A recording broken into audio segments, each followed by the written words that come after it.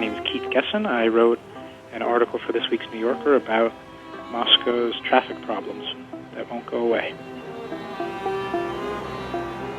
One of the problems with Moscow is that there aren't enough roads and there aren't a lot of different ways to get from point A to point B. It's not like New York where you can just take a different side street. One of the paradoxes of being in Moscow and seeing how bad the traffic jams are is that the roads are so wide. A lot of them were built by Stalin in the 1930s.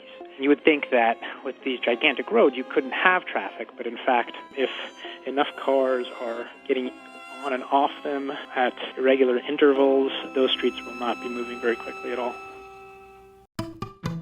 Yuri Luzhkov has been mayor since 1992. He's been called the most powerful mayor in the world.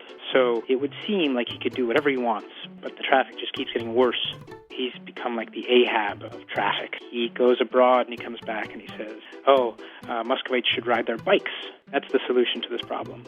And everyone laughs at him because there are hardly any bike lanes in Moscow. And also, it's winter about half the year. He has proposed catamarans on the Moscow River, flying blimps for police. He has this idea that if he just gets rid of the traffic lights, traffic will move faster, which is, of course, crazy because no one will be able to turn. Yandex, which is the biggest search engine in Russia, started doing traffic watching or traffic flow on their map of Moscow. That's perpetually updated, and they have a scale of 1 to 10, 1 being the streets are clear, and 10 being you're better off on the metro. One of the things that occurred to me while thinking about this was that Russians are used to standing in line.